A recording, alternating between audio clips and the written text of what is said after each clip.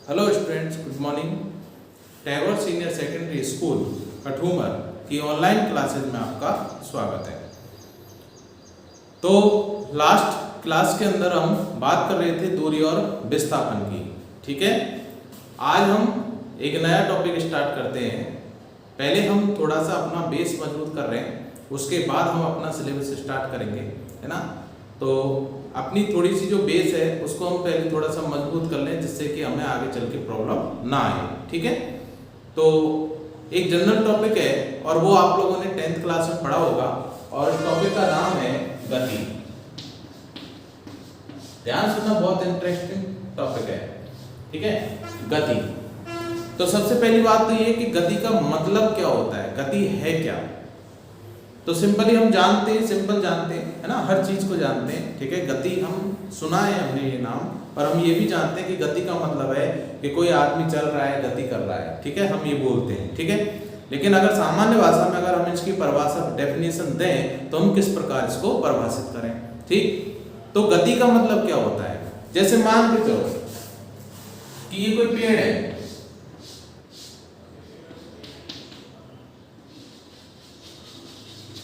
ठीक है, या फिर हम कुछ और भी मान सकते हैं ना। तो इसको हम बोल रहे हैं, एक तरह से हम इसको निर्देशित कर दिया कि हम इसके सापेक्ष किसी कण की स्थिति में परिवर्तन देख सकते हैं। ठीक है, जैसे मान चलो ये पेड़ है और इस पेड़ पर कोई चिड़िया बैठी हुई है, और चिड़िया बैठ के उसको हमने क्या करते उड़ा दिया, तो चिड़िया क्या हो गई, उड़ गई। ठीक है सर, तो यहां से चिड़िया जैसे जैसे इस पेड़ से दूर जा रही है, तो कितनी दूर जा रही है, इसका मतलब इस चिड़िया की स्थिति में हर बार, चिड़िया की स्थिति में हर बार क्या हो रहा है, स्थिति में परिवर्तन हो रहा है। चिड़िया की स्थिति में क्या हो रहा है, परिवर्तन हो रहा है। किसके सापेक्ष हो रहा है, किसके सापेक्ष हो रहा है, तो वो उस पेड़ के सापेक्ष हो रहा है। क्लियर है ना, कि पेड़ के सापेक्ष जो चिड़िया है वो धीरे धीरे करके इससे क्या होती जा रही है, दूर होती जा रही है। तो हम कभी भी निर्देशित करें किसी भी वस्तु की स्थिति में परिवर्तन को, अगर हमने देखना चाहें तो हम किसी अन्य राशि के सापेक्ष या अन्य निकाय के सापेक्ष हम उसको प्रदर्शित करते हैं। तो जो निकाय होता है जिसके सापेक्ष हम किसी भी, है ना, वस्तु की स्थिति में अगर हम परिवर्तन देख रहे हैं, तो वो जो निकाय है जिसके सापेक्ष स्थिति परिवर्तन देखा जा रहा है, वो निकाय क्या कहलाता है, वो कहलाता है निर्देश तंत्र। क्या कहलाता है बेटा, निर्देश तंत्र। ठीक है, तो निर्देश तंत्र क्या काम कर रहा है, निर्देश तंत्र का मतलब होता है किसी वस्तु की स्थिति को निर्देशित करना, कि वो वस्तु जो है वो उस वस्तु से कितना दूर है, कितना पास है। जैसे मान चले हम ये कहें कि कोई रेलवे स्टेशन है, ठीक है, अब स्टेशन से या फिर बस स्टैंड की बात करें कि बस स्टैंड से बस जो है, जैसे कहां से छूटी, मान के चले या कठूमर से बस छूटी, ठीक है, और कहां जा रही है, नगर जा रही है। तो हम ये कहेंगे साहब कठूमर से निकल चुकी है ना, कठूमर से निकल चुकी है। कितना दूर गई, लगभग 2 किलोमीटर गई होगी। तो हम किसको निर्देशित कर दिया, हमने कठूमर को निर्देशित कर दिया। ठीक है, तो कठूमर क्या बन गया, एक निर्देश तंत्र बन गया। ठीक है, फिर हम कह रहे हैं कि साहब अलवर कब तक पहुंचेगी, कहाँ है इस समय बस, कहाँ है, या फिर कोई आदमी जैसे जा रहा है ना, और वो जैसे खेड़ली पहुंच गया, तो वो फिर क्या कहेगा कि साहब हम खेड़ली से निकल चुके, खेड़ली से निकल चुके, या खेड़ली से हम 2 किलोमीटर आगे आ गए, या फिर खेड़ली से हम 2 किलोमीटर दूर है हमसे खेड़ली, है ना। तो हमने किसको निर्देश कर दिया, खेड़ली को निर्देशित कर दिया। तो खेड़ली क्या हो गया, एक निर्देश तंत्र हो गया, और वो निर्देश तंत्र हमारी स्थिति को क्या कर रहा है, बता रहा है कि हम इससे इतना दूर हैं या हम इससे इतना दूर निकल चुके हैं। बात क्लियर हो गई होगी, है ना। तो वो चीज कहलाती है, वो क्या कहलाता है, वो स्थान क्या कहलाता है, वो कहलाता है निर्देश तंत्र। ठीक है, तो अगर हमें किसी भी वस्तु की स्थिति में अगर हमें परिवर्तन देखना है, तो उसके लिए हमें निर्देश तंत्र की क्या होती है, आवश्यकता होती है। ठीक है भाई, हाँ जी। तो देखना ध्यान से, तो गति का मतलब क्या हो गया, गति का मतलब क्या हुआ, तो गति का मतलब हुआ वस्तु की स्थिति में परिवर्तन। गति का मतलब है वस्तु की स्थिति में परिवर्तन। गति का मतलब क्या हुआ बेटा, वस्तु की स्थिति में परिवर्तन। ठीक है, तो वस्तु की स्थिति में परिवर्तन ही क्या कहलाता है, गति। यानी किसी समय में वस्तु द्वारा है ना तय की गई दूरी या वस्तु की स्थिति में एकांक समय में वस्तु की स्थिति में जो परिवर्तन होगा उस परिवर्तन को ही हम क्या बोलेंगे, गति कहेंगे। क्लियर। अच्छा, तो वस्तु की स्थिति में परिवर्तन करने के लिए, वस्तु की स्थिति में परिवर्तन करने के लिए हमें किसकी आवश्यकता होती है? तो वस्तु की स्थिति में परिवर्तन, जैसे मान के चलो ये डस्टर है, ठीक है, और ये इस प्रकार रखा हुआ है, ठीक है, स्थिर अवस्था में, इसकी स्थिति में कोई परिवर्तन नहीं है। अब मुझे इसकी स्थिति में परिवर्तन करना है तो मुझे क्या करना पड़ेगा, इस पर बल लगाना पड़ेगा। क्या करना पड़ेगा, इस पर बल लगाना पड़ेगा, और बल लगा के हम इसकी स्थिति में क्या कर रहे हैं, परिवर्तन। इसका मतलब किसी भी वस्तु की स्थिति में जो परिवर्तन होगा वो किसके द्वारा किया जाता है, बल के द्वारा।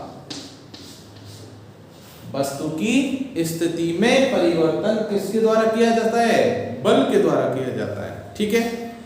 तो बल किसे कहेंगे हम, बल किसे कहते हैं, बल किसे कहते हैं। जैसे मान के चलो इस पर ये वस्तु रखी हुई है और इस पर मैं बल लगा रहा हूं, लेकिन इसकी स्थिति में कोई परिवर्तन नहीं हो रहा है, इसकी स्थिति में कोई परिवर्तन नहीं हो रहा है। तो बताओ, एक चीज बताओ, जब इसकी स्थिति में कोई परिवर्तन नहीं हो रहा है तो क्या इस पर कोई बल माना जाएगा, कोई बल नहीं माना जाएगा, ठीक है। तो इसकी स्थिति में जब परिवर्तन हो रहा है, नहीं हो रहा है, तो उस स्थिति में इस पर कोई बल नहीं माना जाता, ठीक है। तो बल क्या होता है, बल क्या होगा कि किसी वस्तु पर लगाया गया धक्का जिसके कारण उसकी स्थिति में क्या आ जाए, परिवर्तन हो जाए, तो वो धक्का ही क्या कहलाएगा, बल कहलाएगा, ठीक है। आई थिंक समझ में आया होगा किसे कहेंगे बल, बल किसे कहेंगे, किसी वस्तु, अब ये वस्तु चाहे स्थिर हो सकती है या फिर वस्तु गतिशील भी हो सकती है। स्थिर है तो उसको गतिशील बनाएगा और गतिशील है तो उसको स्थिर बनाएगा, या फिर और स्पीड के साथ और ज्यादा, ठीक है, गतिशील बनाएगा, ठीक। अच्छा, तो किसी वस्तु पर लगाया गया, किसी वस्तु पर लगाया गया धक्का, किसी वस्तु पर लगाया गया धक्का जिसके कारण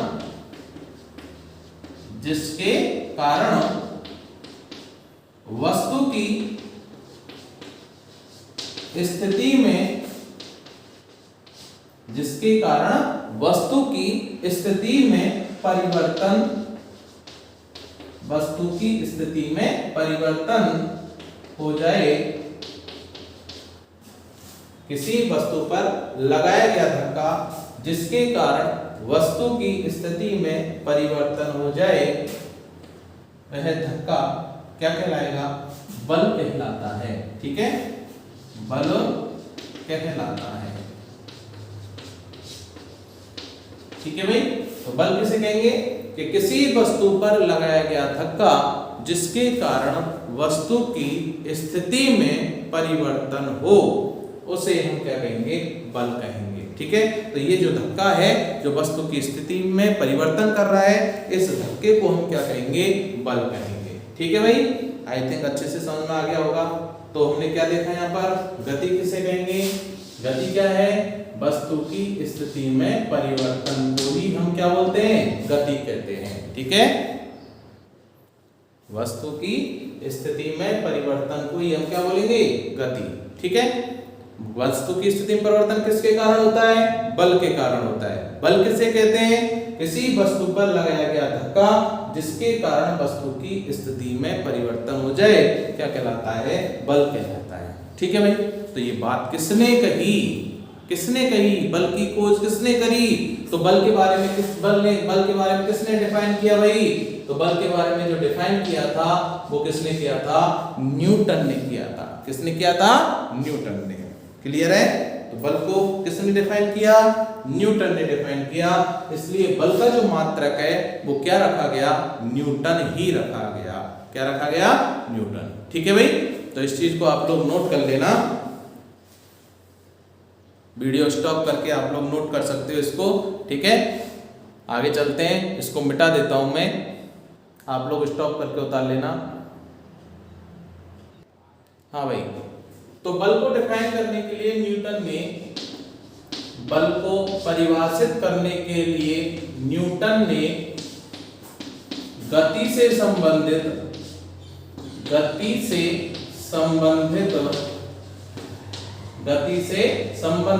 कितने नियम दिए भाई, ठीक है। तो बल को परिभाषित करने के लिए न्यूटन ने गति से संबंधित जो नियम दिए थे, नियम, वो कितने नियम दिए भाई? 3 नियम। कितने नियम?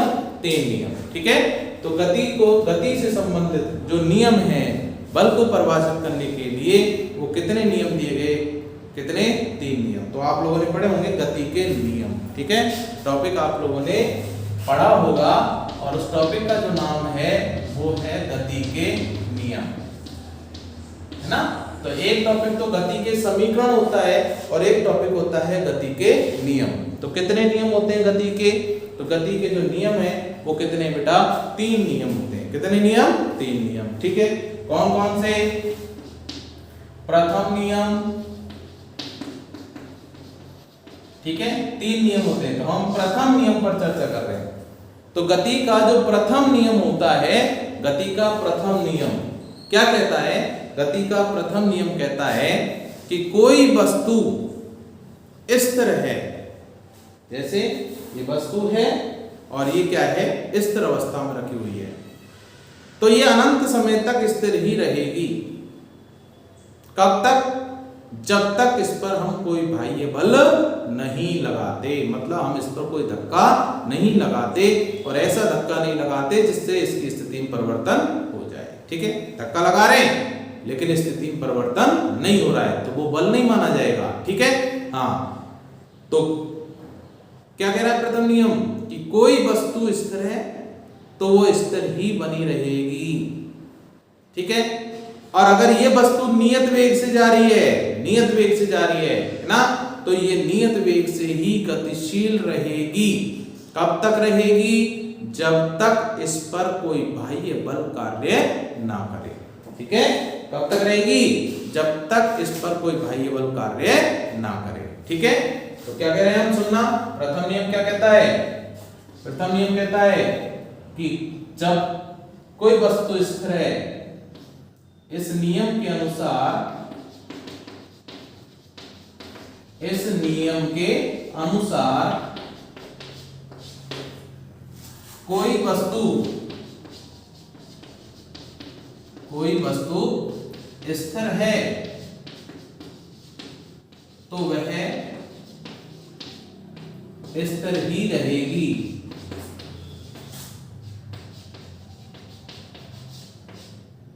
एवं कोई वस्तु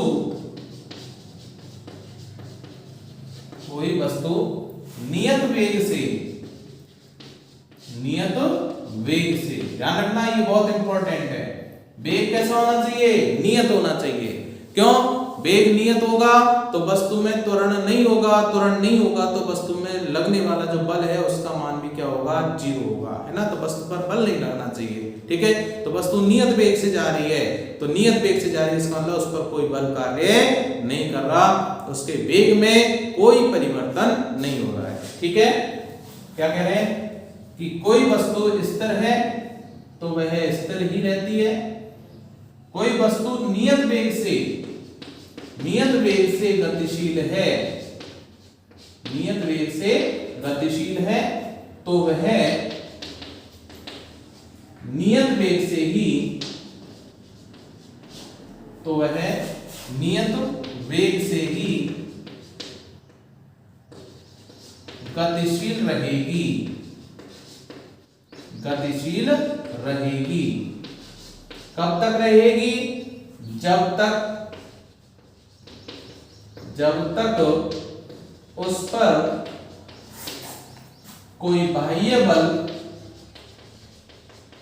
जब तक उस पर कोई बाह्य बल कार्य ना करे, ठीक है।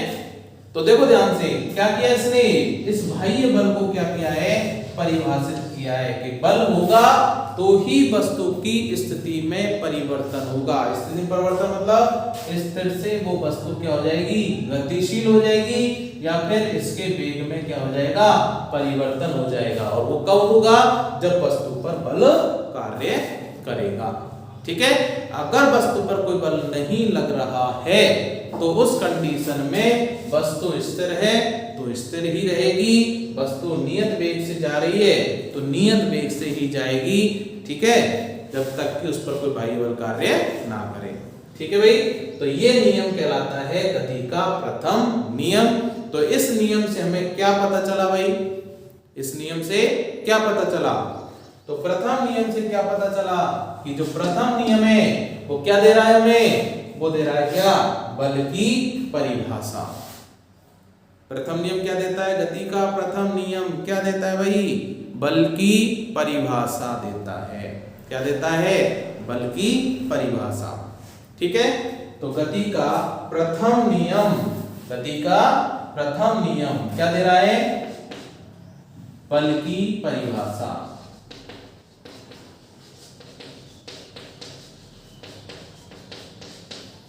बल की परिभाषा देता है। ठीक है, बहुत इंपॉर्टेंट लाइन है, क्वेश्चन पूछा जाता है गति का प्रथम नियम हमें क्या बताता है, तो गति का प्रथम नियम हमें क्या बता रहा है, बल की परिभाषा बता रहा है। ठीक है भाई, तो प्रथम नियम क्या कहता है कि कोई वस्तु स्थिर है तो वो स्थिर ही रहेगी, कोई वस्तु नियत वेग से, ध्यान रखना, नियत वेग से अगर गतिशील है तो वो नियत वेग से ही गतिशील रहेगी जब तक कि उस पर कोई बाह्य बल कार्य ना करे। ठीक है भाई, क्लियर हो गया होगा, है ना। तो इस चीज को आप लोग नोट करना चाहो तो आप लोग नोट कर सकते हो। ठीक है, हाँ जी, वीडियो को स्टॉप कर लेना। तो प्रथम नियम के जैसे हम उदाहरण देखें भाई, प्रथम नियम के उदाहरण देखें, तो प्रथम नियम का क्या उदाहरण है कि जैसे मान के चलो एक डाली है ना, आम का पेड़ है, और उस आम के पेड़ की डाली में है ना क्या फल लटक रहे हैं, है ना, क्या कौन से फल, आम के फल लटकेंगे। ठीक है, स्थिर अवस्था में दोनों, डाली भी स्थिर है, फल भी क्या है, स्थिर है ना, लटका हुआ है। अब कोई अचानक कोई बंदर आ जाए, ठीक है, और बंदर उस डाली को क्या करे, जोर जोर से हिलाए। क्या करे, जोर जोर से हिलाए। तो जब जोर जोर से हिलाएगा तो देखो डाली स्थिर थी, आम भी क्या था, स्थिर। बंदर ने किस पर बल लगाया, बंदर ने किस पर बल लगाया, डाली पर। ठीक है, आम पर तो नहीं लगाया, बंदर ने किस पर लगाया, डाली पर लगाया। ठीक है, तो डाली तो क्या हो गई, गतिशील, तो डाली तो कहां गई, आगे, और आम क्या रह गया, अलग। आम तो स्थिर है तो स्थिर ही रहेगा, क्यों, बल किस पर लगाया उसने, डाली पर लगाया, तो डाली तो कहां गई, आगे, है ना, और आम वहां से टूटकर कहां जाएगा, पृथ्वी के गुरुत्वाकर्षण बल के कारण कहां जाएगा, नीचे आ जाएगा, है ना। तो वस्तु क्या है, स्थिर, कौन, आम, तो ये स्थिर ही है। बल किस पर लगाया, डाली पर लगाया, तो डाली क्या हो गई, गतिशील हो गई। तो डाली पर तो बल लगाने से डाली क्या हो गई, आगे बढ़ गई, और आम क्या हो गया, वहां से टूटकर कहां, नीचे की ओर क्या हो गया। ठीक है, बात क्लियर हो गई होगी अच्छे से, है ना। तो वस्तु स्थिर है तो स्थिर ही रहती है, और वस्तु गतिशील की बात करें, जैसे हम किसी बस में सफर कर रहे हैं, ठीक है, तो बस में सब सफर कर रहे हैं तो हम क्या कर रहे हैं, सब बस में खड़े हुए हैं, क्या है, खड़े हुए हैं बस के अंदर, और बस क्या है, गतिशील अवस्था में। कैसी अवस्था में, गतिशील। ठीक है, तो बस गतिशील अवस्था में, तो बस के साथ अपना कौन सा हिस्सा संपर्क में है, तो वो कौन सा हिस्सा है, पैर। ठीक है, तो पैर क्या है, इस बस के साथ संपर्क में है, टच कर रहे हैं बस को। ठीक है, और अपना जो ऊपर का हिस्सा है, कमर से ऊपर का हिस्सा, ये बिल्कुल क्या है, एकदम फ्री है। ठीक है, बस गतिमान अवस्था में है तो अपनी पूरी बॉडी भी बस के साथ कैसी है, गतिमान अवस्था में है। अपनी पूरी बॉडी भी क्या है, गतिशील है, किसके साथ, बस के साथ। ठीक है, तो जब बस के साथ अपनी पूरी बॉडी गतिशील है, अब अचानक क्या हुआ, कोई जानवर वगैरह कोई आ गया बस के आगे, और उसने क्या किया, अचानक तेजी के साथ क्या लगा दी, ब्रेक लगा दी। ठीक है साहब, क्या लगा दी? ब्रेक लगा दी। और जैसे ही उसने ब्रेक लगाई तो अपना कौन सा हिस्सा आगे की ओर दौड़ेगा? तो अपना कौन सा, देखो बस के साथ बस स्थिर हुई, तो बस के साथ अब कौन सा हिस्सा स्थिर हुआ? पैर स्थिर हुए। क्यों? पैर बस के साथ टच कर रहे हैं, है ना? तो बस स्थिर, तो अपने पैर क्या हो गए? स्थिर। जैसे ही पैर स्थिर हुए तो अपना कौन सा हिस्सा गतिशील है? कमर से ऊपर वाला हिस्सा। तो बस की जितने तेजी से बस जा रही थी उसी वेग से गतिशील रहेगा। ठीक है, तो अपना ऊपर का जो हिस्सा है वो बस के साथ क्या है? गतिमान। तो वो तो क्या है? गतिमान है, तो गतिमान ही रहेगा। पैर क्या हो गए? स्थिर, तो हम किधर गिरते हैं? आगे की ओर गिरते हैं। नहीं, यही बात समझ में है ना? तो कहने का मतलब कि कोई वस्तु स्थिर है तो वो स्थिर ही रहती है, और कोई वस्तु गतिशील है तो वो गतिशील ही रहती है जब तक कि उस पर कोई बाह्य बल कार्य ना करे। तो हम क्या करते हैं कि बस के किसी डंडे को पकड़ लेते हैं और पकड़ के खड़े हो जाते हैं। तो हमने क्या किया? बल लगा के हमने गतिमान जो बॉडी थी उसको क्या कर लिया? स्थिर कर लिया, है ना?